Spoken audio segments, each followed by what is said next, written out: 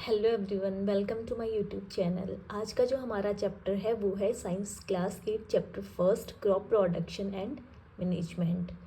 Crop production and management होता क्या है? क्रॉप को ग्रो करवाने से लेकर और उसकी जो आगे तक पूरी प्रोसेस होती है उसी को हम क्रॉप प्रोडक्शन एंड मैनेजमेंट बोलते हैं।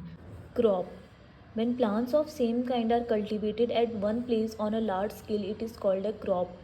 जब हम सेम टाइप के प्लांट्स एक पर्टिकुलर प्लेस पे और एक बहुत बड़े एरिया में ग्रो करवाते हैं उसे ही हम क्रॉप बोलते हैं। क्रॉप में हम इंक्लूड कर सकते हैं cereals, vegetables, fruits, pulses etcetera.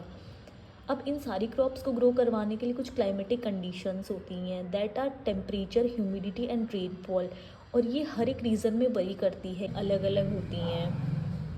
The next type of crops जो है वो हमारी टू टाइप्स की होती हैं, kharif crops and rabi crops. Kharif crops वो होती हैं जो रेनी सीजन में ग्रो करती हैं, एग्जाम्पल हमारे मेज़, millets, soybean, groundnut etcetera.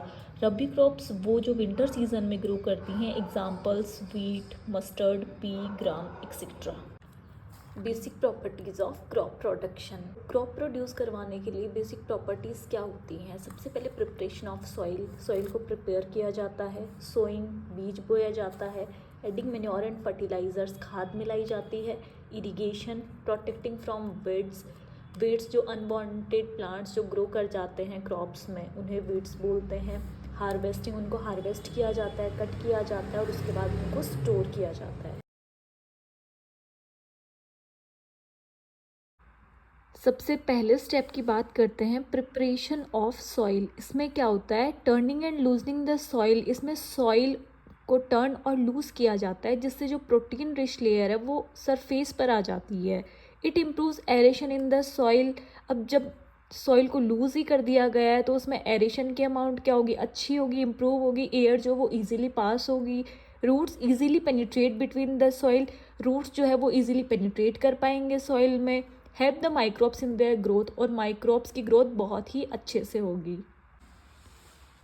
The process of loosening and turning of the soil is called tilling और प्लॉइंग। और यही प्रोसेस जिसमें सॉइल को लूज और टर्न किया जाता है उसे हम या तो टीलिंग बोल देते हैं या फिर क्या बोलते हैं? प्लॉइंग बोल देते हैं।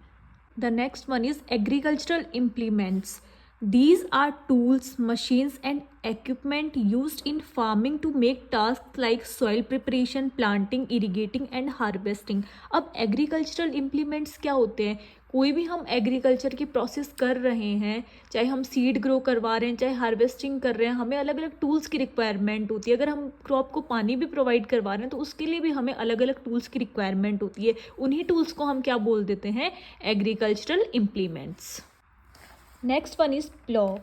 Use in ancient times. ये पुराने टाइम में यूज़ किया जाता था। It is made up of would and is drawn by a pair of bulls. ये लकड़ी का बना हुआ होता है और इसमें हमें किसकी ज़रूरत होती है? बैल के सहारे से इसको यूज़ किया जाता है। It removes the weeds and turns the soil. और इसका काम क्या होता है कि ये विड्स को रिमूव करता है और क्या करता है? सॉइल को टर्न और लूज करने का काम करता है। नेक्स्ट वन इज हो। लॉन्ग रोड ऑफ वुड और आयरन। इसमें जो है वुड या आयरन की एक लॉन्ग रोड लगी हुई होती है। Strong iron bend plate is fixed at one of its and. इसके एक एंड पे आयरन की प्लेट लगी हुई होती है। It is use for removing bid and for loosening the soil. और ये जो आयरन की प्लेट होती है इसका काम होता है बिड्स को रिमूव करना और सॉइल को लूज करना।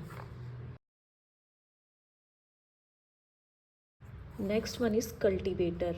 It is use in farming to break up the soil and control bits. इसका काम भी जो है सॉइल को ब्रेक और लूज करना और बिट्स को कंट्रोल करना।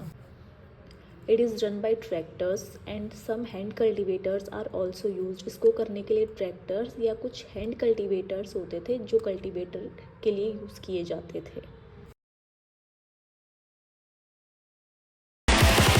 Subscribe now and hit the like button.